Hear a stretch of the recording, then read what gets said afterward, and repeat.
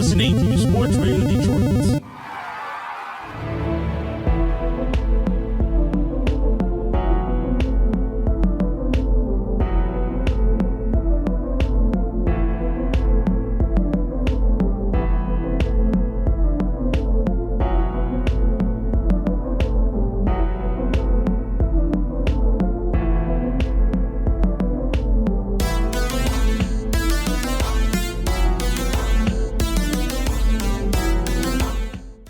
Welcome to Grave Discussions. I am your host, Barnabas. And I am your co-host, Samael. Welcome to episode 76. It's back. Oh, yes, it is. And today we are going to be discussing our review of It Chapter 2. Yes, we just got out of the theater with cottonmouth and bruised tailbones. Oh, yeah. This is literally as fresh of a review episode as can be. We're coming right into it off of an almost 3-hour long movie. So did it feel that way? Was it good? Was it not good? We're going to find out in just a little bit. We have a few things before that, but as always, we got to start out by giving a shout out to Sports Radio Detroit. Yes, and you can find them on Twitter, Instagram, and Facebook. Just look up SRD Sports Radio Detroit. That's SRD Sports Radio Detroit. Not Detroit Sports Radio. That's right, fiends. And you can also check out sportsradiodetroit.com, where you can listen to all of the Grave Discussions episodes that you can possibly listen to, and also check out all the other great podcasts as well. So be sure to do that. First, we've got some news, but we've got a few sponsored messages before we get into all of that, so stick around. It's going to be real quick, and then we'll have an uninterrupted Grave Discussions. Here at Grave Discussions, we know that addiction can be scary, but it doesn't have to be. Let the Detox Helpline help you break your addiction to drugs and alcohol. Call the addiction specialist now at the Detox and Treatment Helpline 24 hours a day, 7 days a week. They're always available for you, and if you have private insurance, they specialize in finding you the right treatment. Give them a call at 1-800-213-9257. That is 800-213-9257.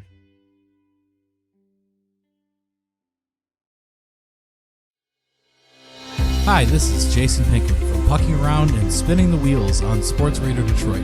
Check us out every Sunday over on the SRD Hockey feed on Spotify, TuneIn Radio, Podbean, iTunes, and Stitcher.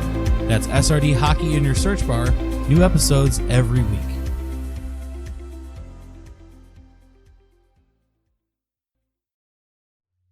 Hey, Samuel. Hey Barnabas, what's up? Oh, not much. Have you ever written a book? No, but I've written a musical. Oh, well, you can become a published author with Dorrance Publishing, the nation's oldest publishing services company. Aha, I hear countless authors have trusted Dorrance for nearly 100 years to bring their books to the market. Their professional team will edit your text, design your book pages, and create an appealing, eye-catching custom cover. Plus, their authors benefit from a custom book promotion marketing campaign that makes your book available where people buy books. So, make this free call right now to claim your free author's guide to publishing. Do not wait another day. Take one step closer to realizing your dream of becoming a published author. And seeing your name in print. Aha! You've already written a book. Next thing to do is make this free call now to Dorrance Publishing and get your free guide to publishing. Call right now. And the number is 1-800-213-9259. Again, 1-800-213-9259. All right, Sam. So this first article is pretty cool. Now, this actually concerns some animated horror. So why don't you tell us what we got going on here? So we have two, I repeat, dose animated Spawn series coming out, mainly to target children and to get them hooked like crack, quote unquote. Yeah. Pretty much that's what Todd McFarlane said, and it's pretty cool. Apparently, the movie is not going as smoothly as it could be. Obviously, in the 90s, there was the Spawn animated series on HBO, which was targeted towards adults. I don't know if you watched it. I didn't really watch it. No, I just watched the movie with Michael J. White, right? That was him? Yeah, that was him, yeah. So bad. But you know what? It's kind of a guilty pleasure for me. But, I do have to watch the animated series. There's going to be one that's of these new two that are going to be targeted for kids, apparently the second one is going to be a little bit more mature, as Spawn is supposed to be, and then supposedly we're going to see the movie. But it's pretty cool news. I really like Spawn as a character. Lots of horror stuff in there. It's kind of like a horror superhero thing, as we discussed before, but I'll take it. Spawn's pretty badass. So I don't know. I just want a new Spawn movie. Same. Yeah, I want like a fuck good the cartoon. I mean, I already watched. I watched South Park, and that's enough cartoons for me. So okay. Yeah, fair enough. But once we have more info about these two animated series, guys, we'll let you know. Hopefully they'll be coming out pretty soon. Now, next up, also from the 90s, 1990 to be exact, related to something we're going to be talking about today, which is It. The original miniseries is going to be floating on by to Sci-Fi for several nights beginning September 5th, so that was already a few days ago.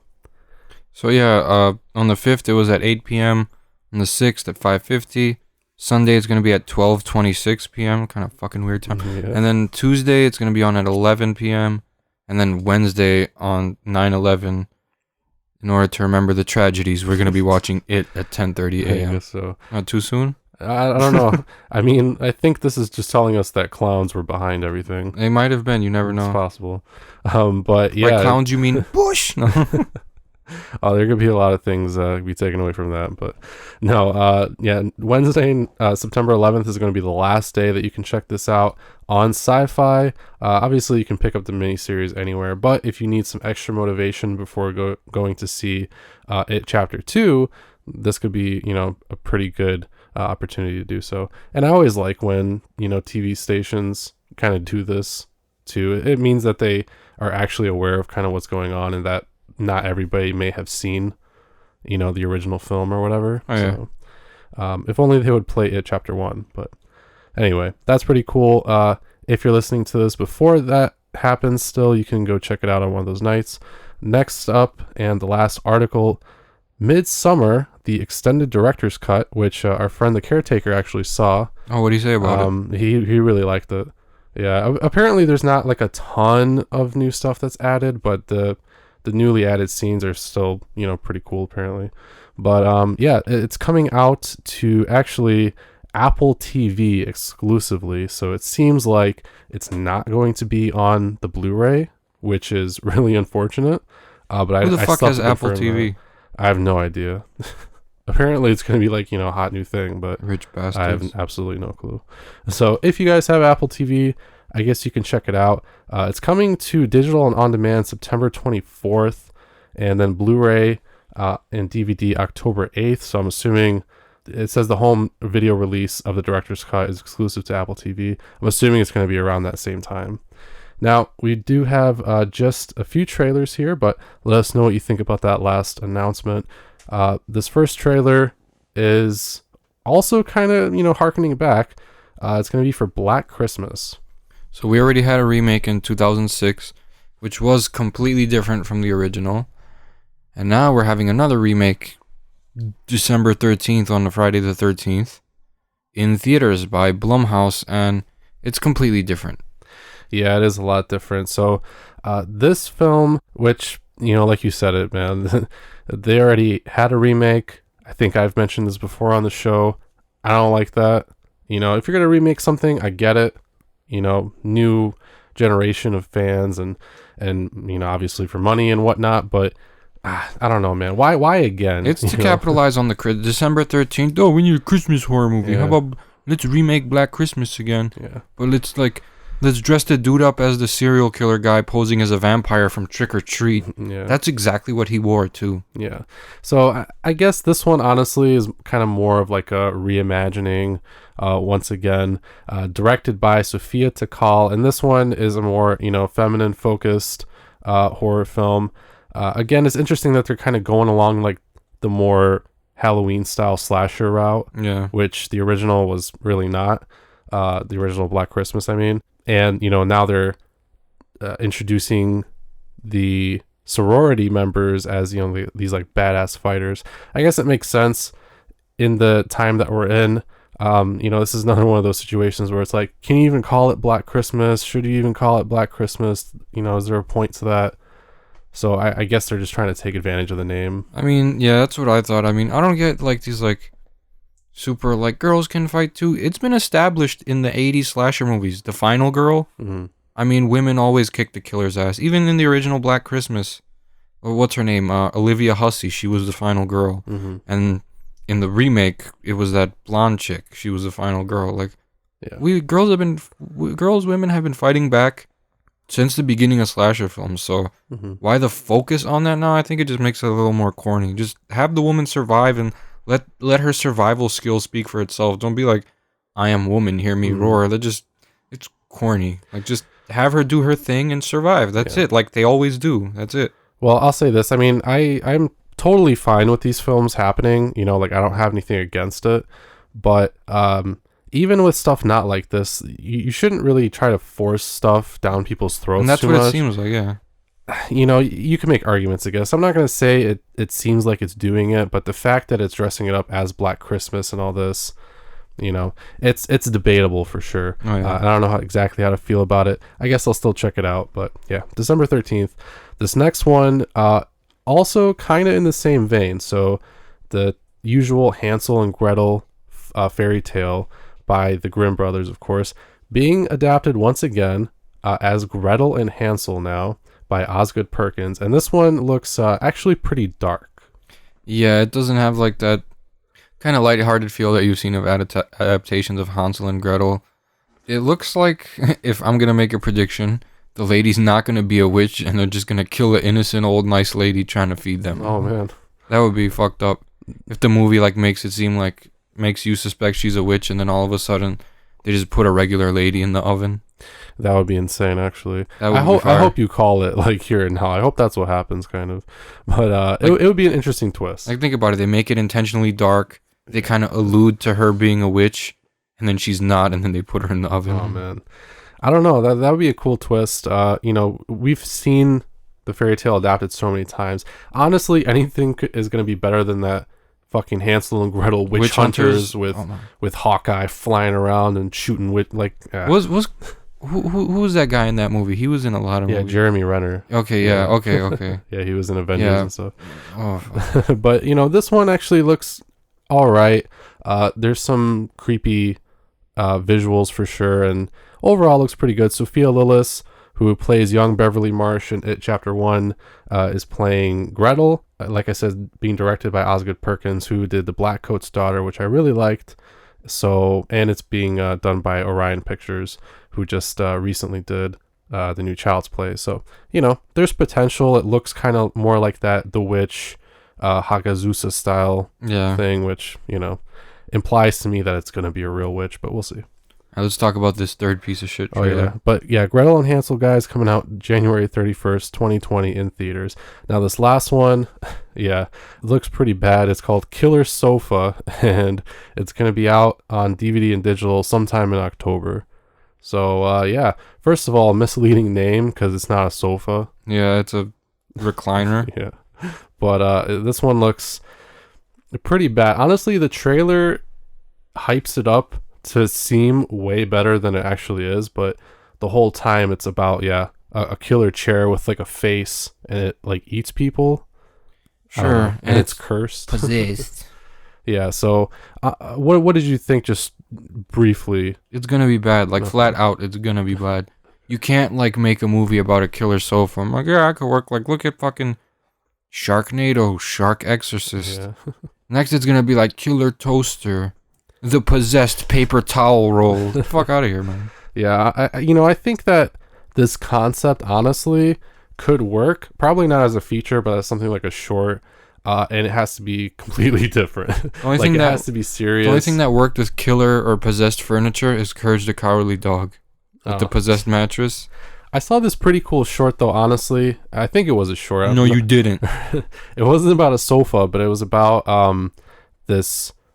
I don't know if it was the haunted furniture, if it was just like a haunting, but I think it was a short. This woman is like walking down the hallway and there's like this, chair or something. And this woman like crawls out from under the cushion. That was actually really effective.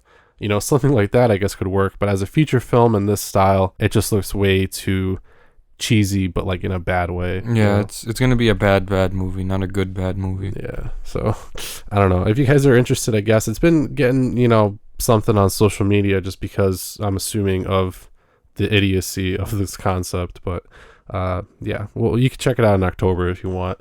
I'm not going to. Thank I you. don't really want to either. But yeah, guys, that's it for the news this week. Next up, we are going to give our review of It Chapter 2. Stick around, go grab some animal crackers or something. We'll be back in just a moment.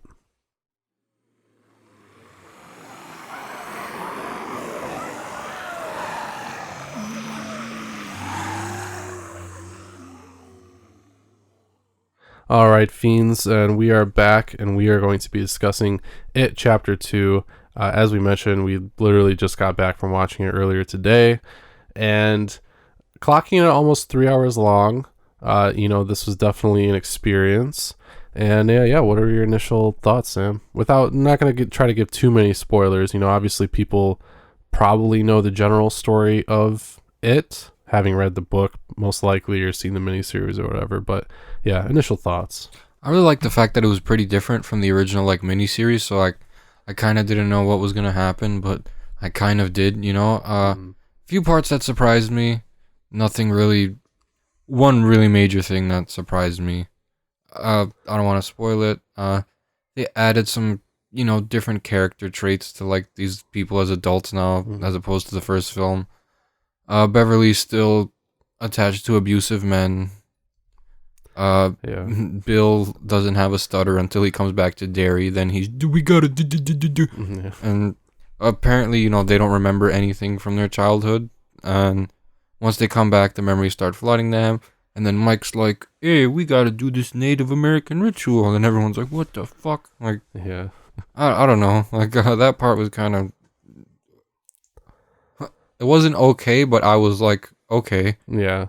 I don't know. Sure. I mean, some of that stuff's pretty weird, especially in the book. Obviously at the end there's that great turtle or whatever, and they're in the cosmos, and it gets pretty weird. I mean, a lot of King's written stuff is way out there. If you've ever read The Dark Tower, a lot of people will tell you that's pretty fucking weird. I mean, it kind of takes place in a separate dimension or a separate planet or something like that anyway. But this one is supposed to be small town, and but it's supposed to have some of those elements because it is this cosmic being or something. And it's not immediately clear in the first movie. This one I think does an okay job at sort of hinting at that. Kind of. They still all but this place has been here for millions of years. Yeah. I guess that part, but they were still kind of ambiguous with his backstory, which is cool, because if you're he's an alien from another galaxy and his greatest enemy is a giant turtle, and people are like, what the fuck? Yeah, that would be pretty weird. Plus, I mean, not as, accessible to a lot of the casual moviegoers. I think even in our theater, I would say that probably a good chunk of people hadn't really experienced it before, apart from, this new back-to-back series. So yeah, I think it would have been pretty weird. They still hinted at the turtle here and there, but they spoiler alert, it's not in the movie, as I think most people expected it not to be. Like you said, it would have been way too much. People would have even been they would have just been yeah, that kind of sucked. Right. Yeah. The end of that book sucked, just like the end of Stephen King's It book. Yeah, I don't exactly remember a lot of what happened, but there's still a lot of exposition and just kind of going over sort of everything that happened and yada yada. But that's kind of the theme of this film.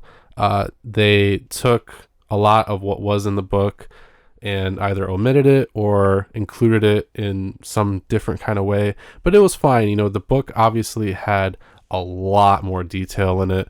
When I was reading it, I thought it was cool because it allowed for all this history of Derry and more on the background of it. And there's a whole scene in the book with, them seeing it crash into Earth and all this crap. And it's pretty extensive, The movie didn't really do that too much. I think it did a good job of just giving us the story of the losers coming back and fighting it, you know? So I think in that aspect, I think it did a good job. It was, the pace kind of like, I don't want to say it dragged, but it was fucking long, right? My tailbone is bruised. Yeah. It was a pretty long movie, and it kind of unfolded the same way as the first one. Mm-hmm. Pennywise confronts each of them like one by one, and then together, and then, but now he's a giant spider crab like Kabutops from Pokemon, and I don't know, man. I get it, yeah. Yeah, spoiler alert, he's still a fucking giant spider. I will say, you know, I won't really go into what happened there, but I liked this version of the It Spider thing a lot better than in the miniseries. Oh yeah, because the miniseries, it was kind of fucking wild. Yeah, it was. No, this one was actually cool. It was pretty dramatic. You know, I got those emotions at the final scene, and the entire final act in this movie, in my opinion at least, was done pretty well, maybe apart from like the very, very end. Yeah, I just didn't like how they went about battling him, and how they eventually figured out like, hey, we know how to beat him. Mm-hmm. And I'm not gonna spoil it, but it was just kind of like, really, that's how it's gonna happen. Yeah. Those really weird things in the movie probably would have been better off with, you know, more background, more exposition, like in the book. I mean, in the book it was pretty weird, but at least you could flip back and be like, oh, okay, that's why they're doing this, and there was all this, you know, narration, obviously, kind of going into why it makes sense, even though it didn't really make sense. The movie, even though it was long, still had to compact a lot of stuff, so they couldn't include a lot of that kind of stuff to make it not seem so out of place. But I think you just kind of had to sit back and be like, okay, obviously this thing is good at showing them, you know, what it wants them to see so that they're scared, yada yada, and it's some fucking freaky alien thing, so I'll just go with it, I guess. But I felt like if we had more actual clown Pennywise, mm-hmm. I could have gave this movie like a solid 9 or 10 out of 10 even. But Okay. like the fact that he came in like a few scenes and then he was like this giant monster thing, kind of like took away from it for me just a little bit. Nothing too major. Seeing him eat kids actually was like pretty sweet, because like it's kind of taboo to show kids getting killed on you know, the movie screen, but when it happens, I'm like, ah ha ha, like, you know. It's like every horror movie makes it like, children are sacred, you can't hurt the children. This movie's like, I'm gonna bite this kid's fucking head off. So it was pretty sweet. Like I said, man, my only problem was with like how they chose to fight him near the end, and really his lack of screen time, because like when he was like visiting them, you know, one by one, scaring the shit out of them, he never really appeared as the clown. He was like the hobo for Eddie again, and then that skinny bitch for Beverly, that tall skinny thing. Yeah, you know, because the whole thing was supposed to be like he's supposed to embody their fears to make them scared of him, and that's how he gets to them. That's how he feeds off of them and stuff like that.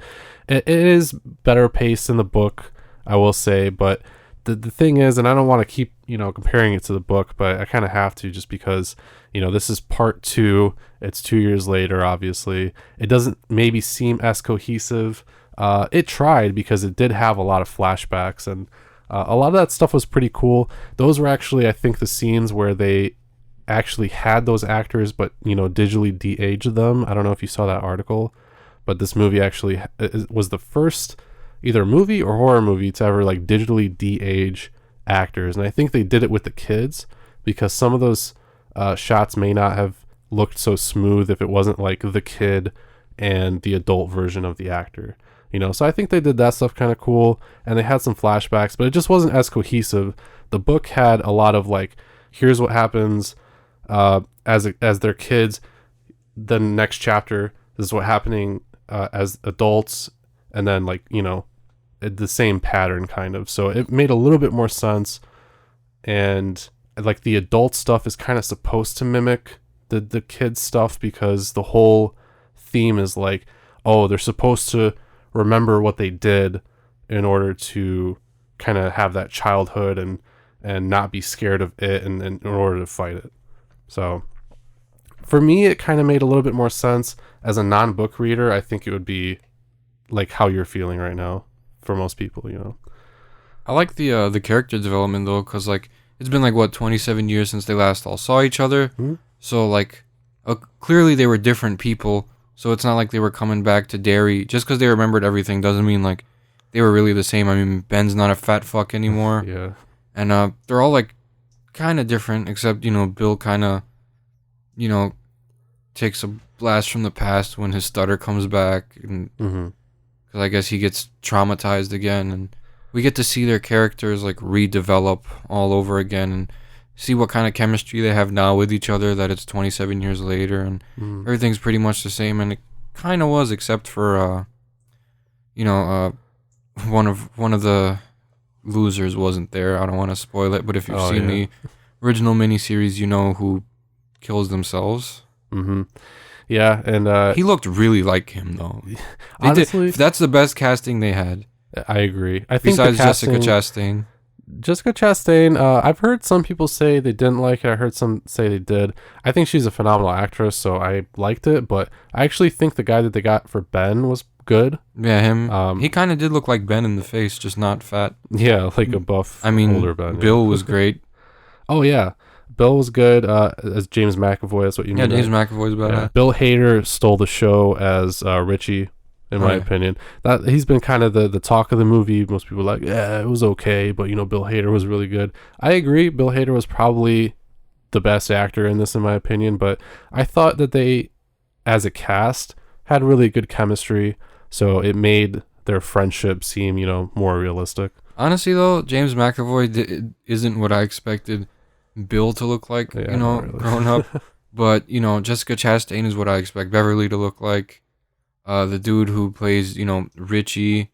And Eddie they had on point. Yeah, James Ransone as Eddie. He was good. I think everyone was good, like, casting-wise, besides, like, James McAvoy, but he can fucking act, so it's all good. Yeah, it was weird to me. You know, you couldn't really tell he had a British accent, but yeah, still, I'm like, I didn't even know he's fucking British. Yeah. Oh yeah. Professor Xavier. Although I don't think he has a British accent in that role either, but yeah, no, he is. But I agree, that was the only one really. But overall, acting, casting, phenomenal. Bill Skarsgård, in your opinion, did he improve off of It Chapter 1, or was he about the same as Pennywise, or I mean, worse? About the same. I always thought he was a great Pennywise because Tim Curry never really scared me. Yeah. Mainly because I know it's Tim Curry. Bill Skarsgård's kind of googly-eyed, and that's kind of creepy. Yeah, but he's just got that creepy, like, I don't know, tone to his voice and everything, and like the way he giggles and moves around and stuff. You know, I'm not to like say one is better than the other, but yeah, I really liked him in this movie too. I thought he was still really effective as Pennywise. I think so too. I just, like I said, I wish there was more of him because like I read all over Instagram, he had like a maximum of like 30 minutes of screen time. Yeah, as the clown. It was really supposed to be a lot of them facing their fears, and exactly, then relearning, you know, the town of Derry and their childhoods and whatnot. And then it just came out, you know, when it was like really trying to get them. So I don't know. I mean, it would have been cool, but going back to the pacing, kind of, I actually thought the pacing was pretty good.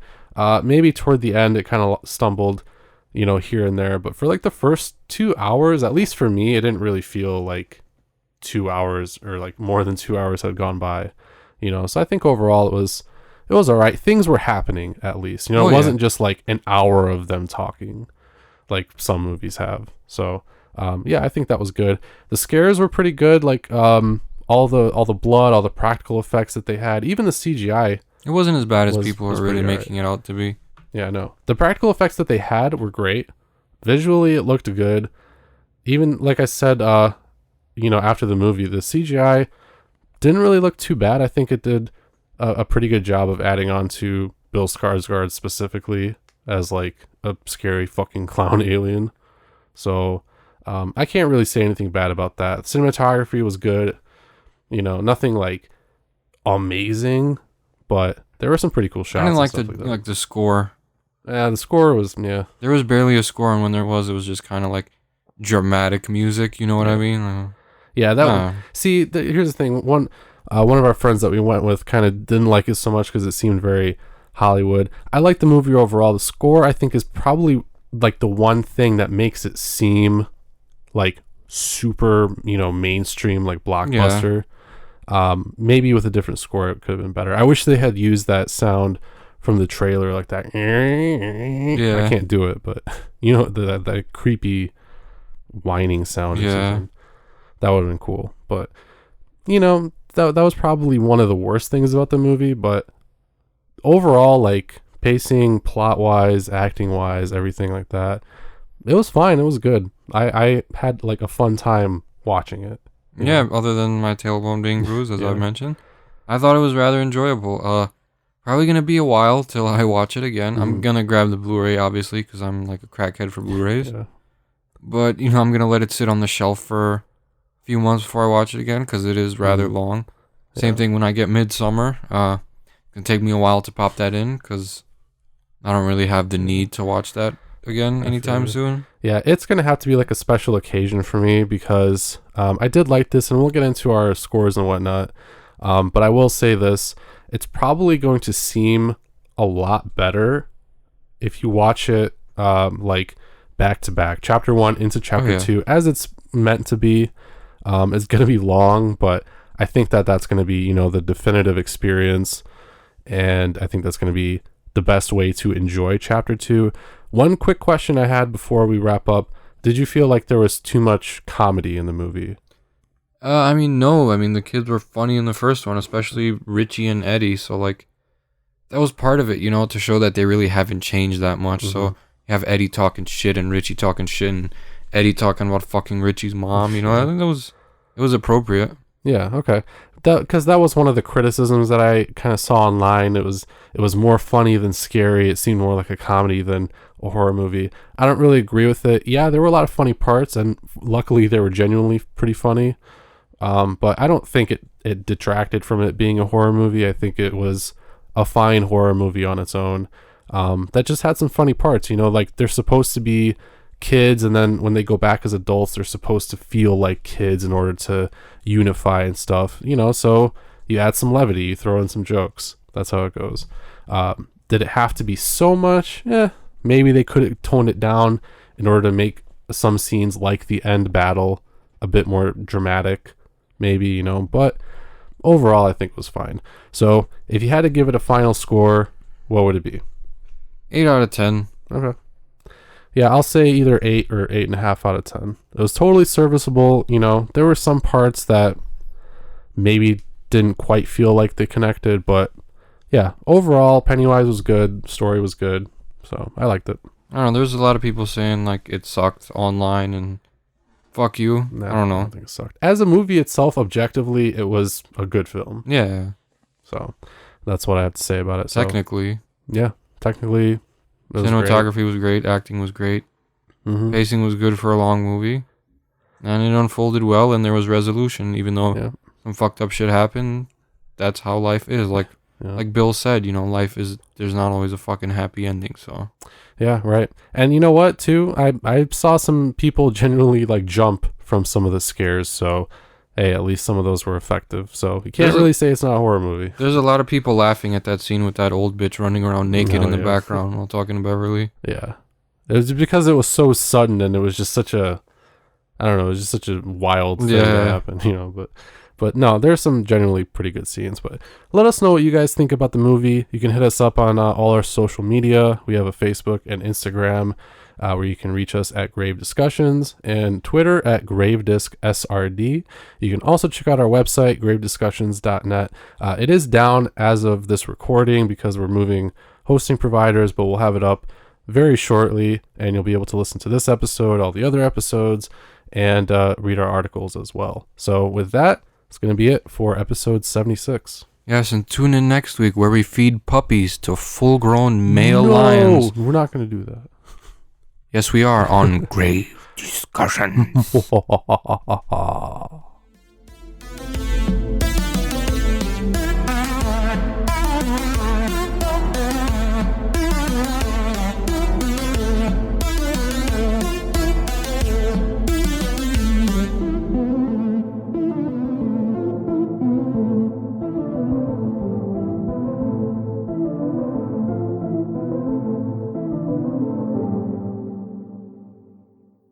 This has been an SRD production.